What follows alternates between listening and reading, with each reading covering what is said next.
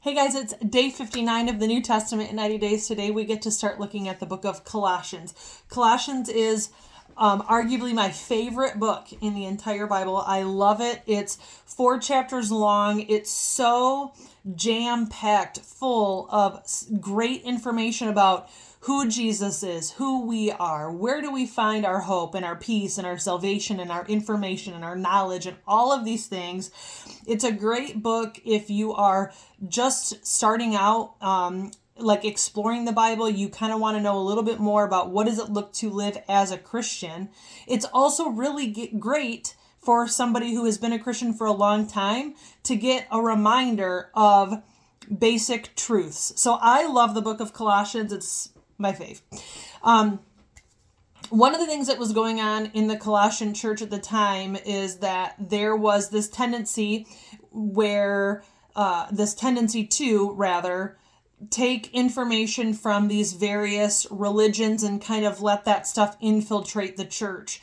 And so Paul is really reminding them of where their hope comes from and who Jesus is, so that as these other ideas are coming in, they can filter through and say, you know what?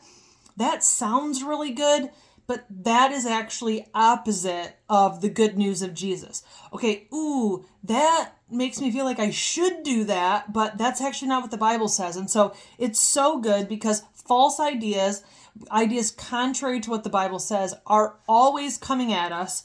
And so this is a good lesson for us even today. So Paul, in true Paul style, he starts off his letter very similar to his other ones. He explains who the letter's from. He explains who it's to. And then he says, I've been praying for you.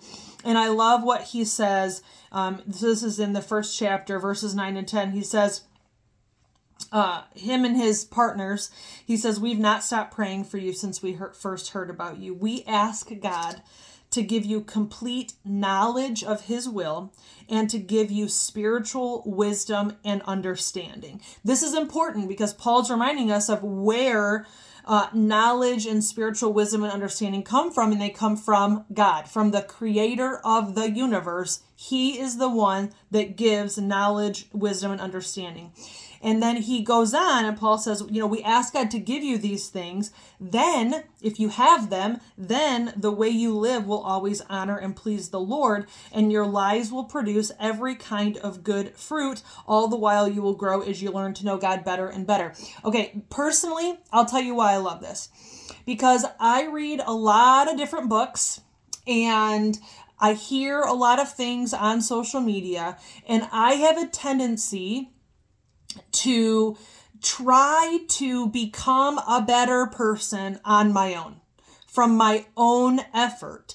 And the more I see and the more I hear people talk about how they've become better and become more successful, my tendency is to abandon this and listen to them and say, oh, they know, they have the answers I'm looking for.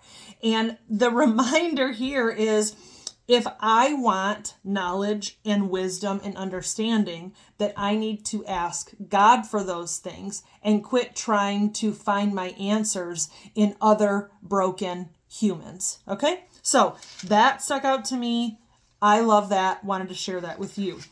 Okay, he goes on in a little bit, and he starts reminding them about who Jesus is, because we need this reminder. There's a lot of false information out there about who Jesus is. This is the Bible about Jesus. This is the book about Jesus, okay? The book where his words are recorded. If we want to know who Jesus is, we need to quit asking other people, quit listening to other people, quit listening to other religions, and we need to go to the Bible. This is what Paul says. Jesus Christ is the visible image of the invisible God. We want to know who God is, what God is like? We look at Jesus. He existed before anything was created and is supreme over all creation. Jesus existed before creation. That means Jesus wasn't just a man born.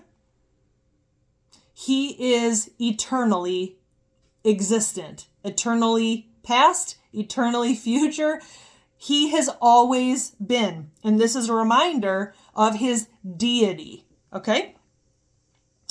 It says, he made the things we can see and the things we can't see, such as thrones, kingdoms, rulers, and authorities in the unseen world. Everything was created through him and for him.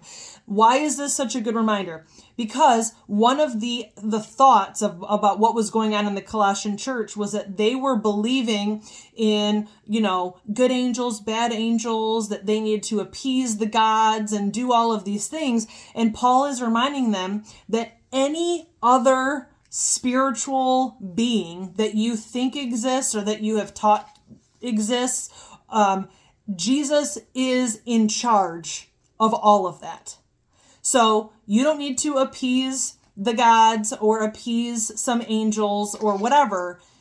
Jesus is the authority over all of those things. If you've got Jesus on your side, you don't have to worry about anything else, good, bad, or ugly, on the other side, if you will. Okay? So great reminder there about who Jesus is and who's in charge.